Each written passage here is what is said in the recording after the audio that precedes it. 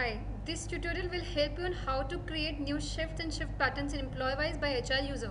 Switch to HR user option at the top. Under the attendance tab, go to manage shifts. This is the list of already existing shifts in the system. Click on create for a new shift. Give a shift name.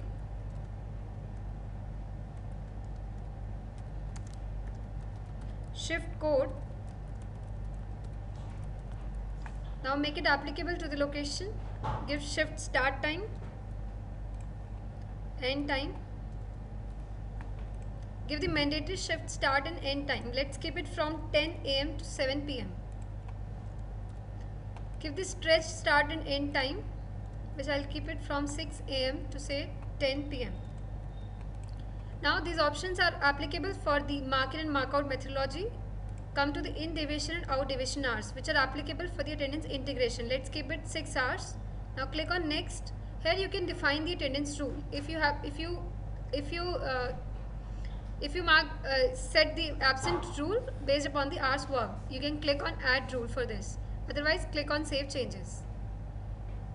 So here's the new shift that you have created. Now under the attendance tab, go to manage shift patterns. This is again the list of already existing shift patterns in the system. Click on create for the new one. Give a shift pattern name. I'll keep it same, sales shift. Now shift pattern helps you in defining the weekly offs and whether you want to apply the company offs. So make it a general shift, company offs applicable, define the default period. Let's keep it a year, 365 days. Now select the location which is applicable to which this pattern is applicable. Whether the weekly offs are fixed or variable. If they are fixed, select the weekly offs. If I keep it all Saturdays and Sundays off, then whether all the weekdays have same shift. If yes, select the shift from drop down. Here it displays the codes of shift. Click on save. So in this way you have created a shift and shift patterns in the system. Thank you.